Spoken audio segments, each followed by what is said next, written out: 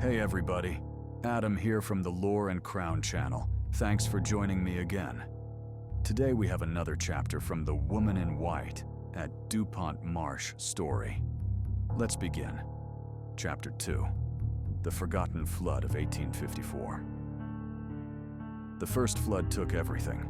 Before the boardwalk, before the wildlife refuge signs, before Wilmington had paved streets and clock towers, the marsh was wild land.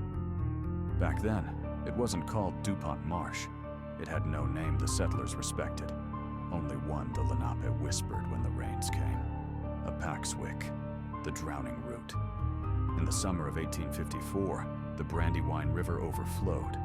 A week of heavy rain had soaked the region, but no one expected the dam to crack.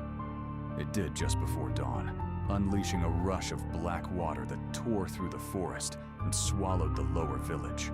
Entire houses were swept off their foundations. A schoolhouse was ripped apart. A wagon was found 30 miles downstream with no horses and no passengers.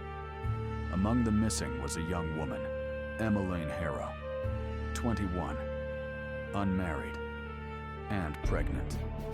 Her family lived just east of the marsh in a sloped cabin near the ridge. Emmeline had been seen the night before the flood, standing alone by the water's edge. A candle burned beside her, shielding a book clutched to her chest.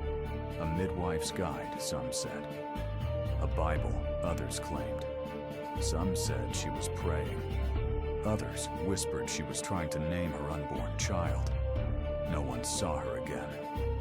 When the waters receded 3 days later, her cabin was gone. The baby blanket she'd stitched by hand was found tangled in the roots of a cypress tree. And on a fence post by the trail, her white dress was hanging, torn, soaked, pinned in place by a single rusted nail. The town buried the memory fast. Her family moved west. The newspapers printed her name once and never followed up.